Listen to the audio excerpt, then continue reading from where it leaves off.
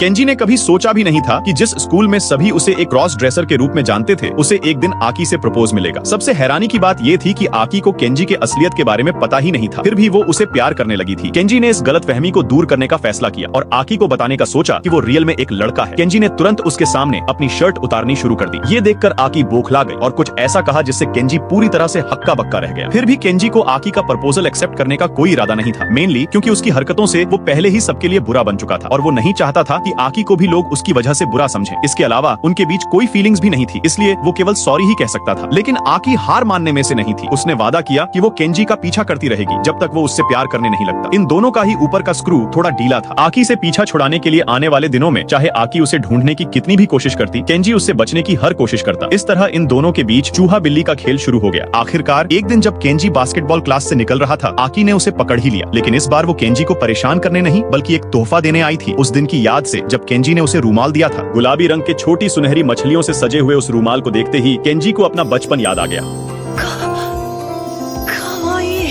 लेकिन तभी एक अचानक आई तेज हवा ने उस रूमाल को कहीं दूर उड़ा दिया।